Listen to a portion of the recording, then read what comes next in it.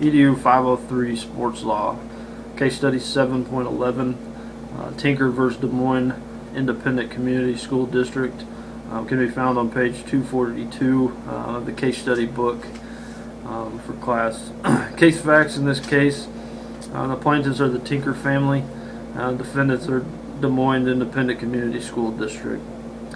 This case started when John Tinker, Christopher Eckhart, and Mary Beth Tinker, all under age of 18, decided to start a petition to wear black armbands to silently protest the Vietnam War in December 1965. The group met and decided to use their petition and wear the armbands and throughout the holiday season of the 1965. And these dates were December 16th through the new year.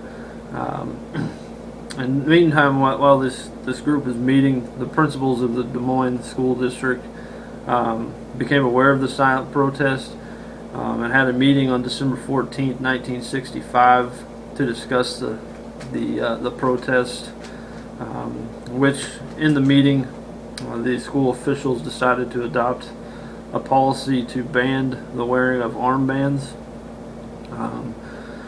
And in the policy they wrote that students would get the option to remove the armbands while at school, and if they did not decide to remove the armbands, that they would be suspended until willing to return to school without the armbands on.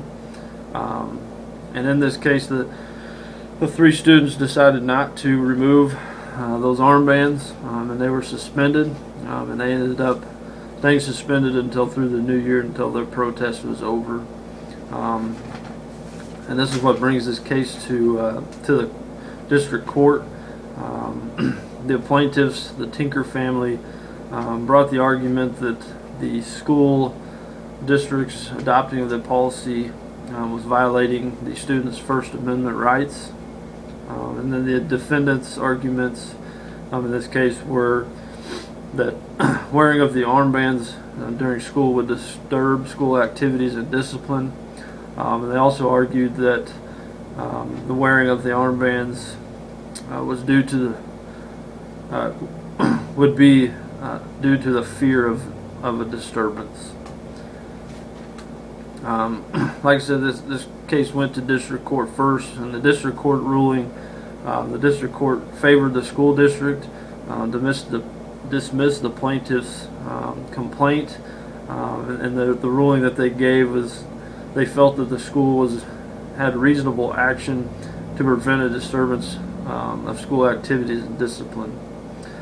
So the Tinker family appealed the court ruling and took it to the Court of Appeals.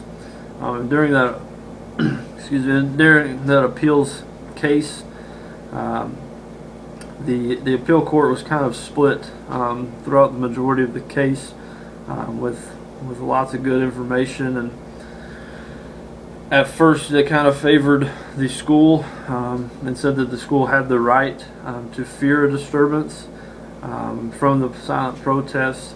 But in the end, the appeal courts decided, after looking at all the evidence and realizing that the wearing of the armbands did not result in the disturbance, that the school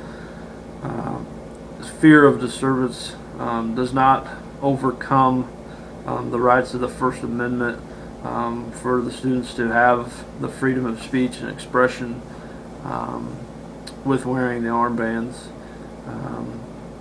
So the appeal court reversed the district decision in the favor of the plaintiffs, and ruled that for future cases that this would be the same ruling. And the reason I did this case, and as an administrator, I think this is something we deal with, or we're going to have to deal with on a regular basis now.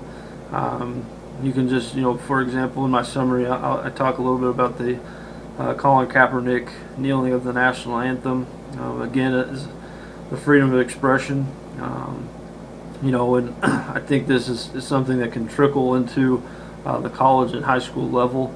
So as an administrator, I really like this, was interested in this case, just to get more knowledge, to kind of see how we can handle the freedom of speech and expression. And I think that the best thing we can do is, as an administration, is to teach our kids the professional and correct way to express themselves. And I think, like I said, this and the Colin Kaepernick case, or thing can definitely be a big help for us. So this is, why I thought that was a very interesting case for this week's case study. And that's it. Thank you.